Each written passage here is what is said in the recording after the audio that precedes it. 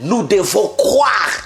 Pour être excellent dans le monde spirituel, nous devons croire. Pour faire des choses dans le monde spirituel, nous devons croire. Et cela ne dépend pas de votre position dans les églises. Et cela ne dépend pas de votre nature. Et cela ne dépend pas de là où tu es né. Cela dépend de votre croyance en Jésus-Christ. Cela dépend de ce que tu crois en Dieu. Cela dépend de la confiance que tu fais à un Dieu invisible, à un Dieu que tu ne vois pas. Même si tu ne le vois pas, même si tu ne sais pas il est de quelle couleur, même si tu n'as pas encore vu et personne ne l'a jamais vu, écoutez une chose, tu dois croire qu'il y a un Dieu autour de toi.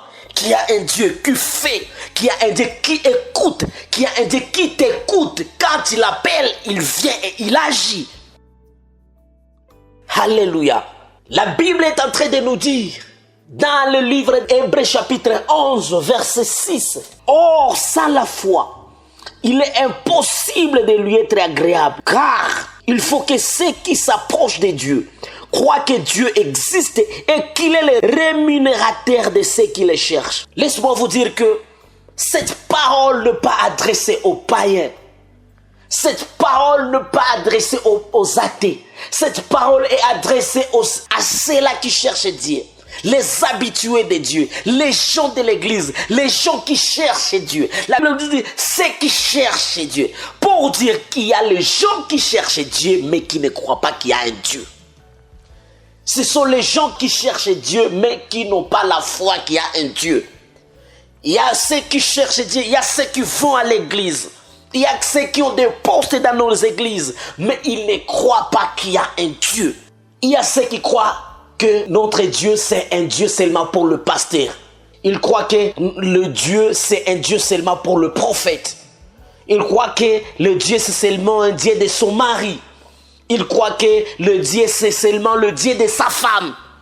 Il croit que le Dieu, c'est seulement le Dieu de maman prophétesse. Moi, je vous dis, notre Dieu, il est le Dieu de nous tous. Il est ton Dieu, il est mon Dieu, il est notre Dieu. Il est ton Dieu, il est mon Dieu, il est notre Dieu. La Bible nous dit, pour agir avec lui, nous devons seulement lui faire confiance.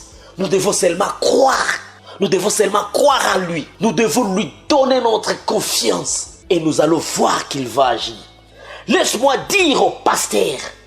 Laisse-moi dire à mes chers prédicateurs, chers pasteurs, chers bishops, laissez les enfants de Dieu en paix. Vous les avez déjà pris en otage pendant un temps. Ils ne croient pas à Dieu, mais ils croient en vous. Vous n'amenez pas les gens à croire en Dieu, mais vous amenez les gens à croire en vous au lieu de croire en Dieu. Importune n'importe comment. Ils vous importunent tout le temps.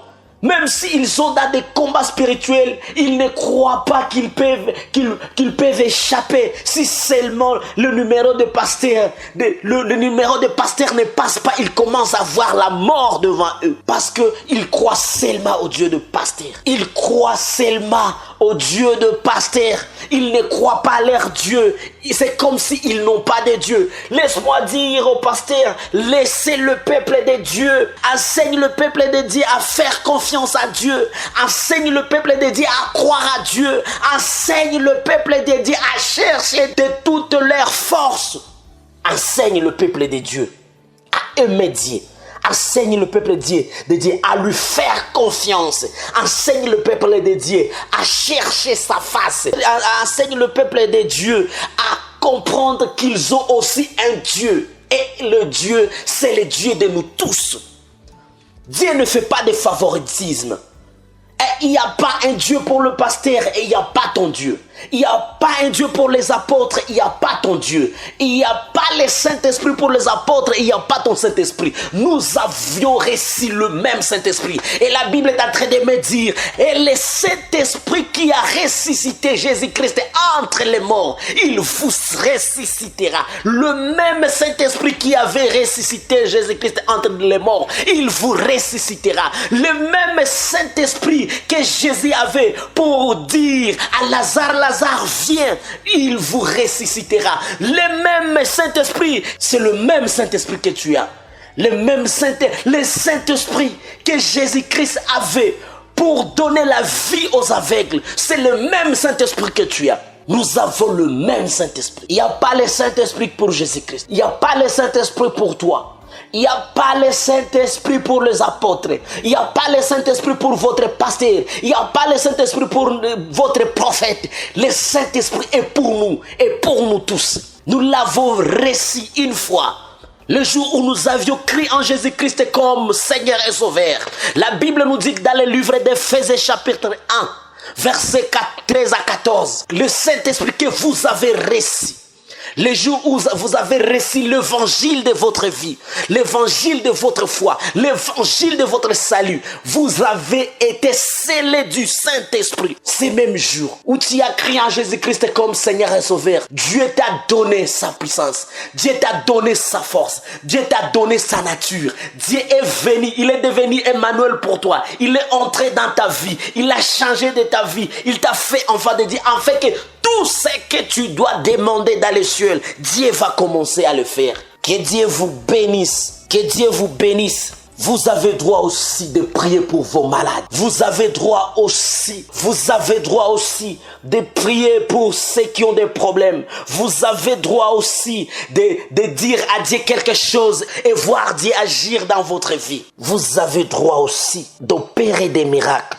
Si seulement vous croyez. Si seulement vous croyez, si seulement vous faites confiance à votre Dieu, si seulement vous donnez votre foi en Dieu, que Dieu vous bénisse.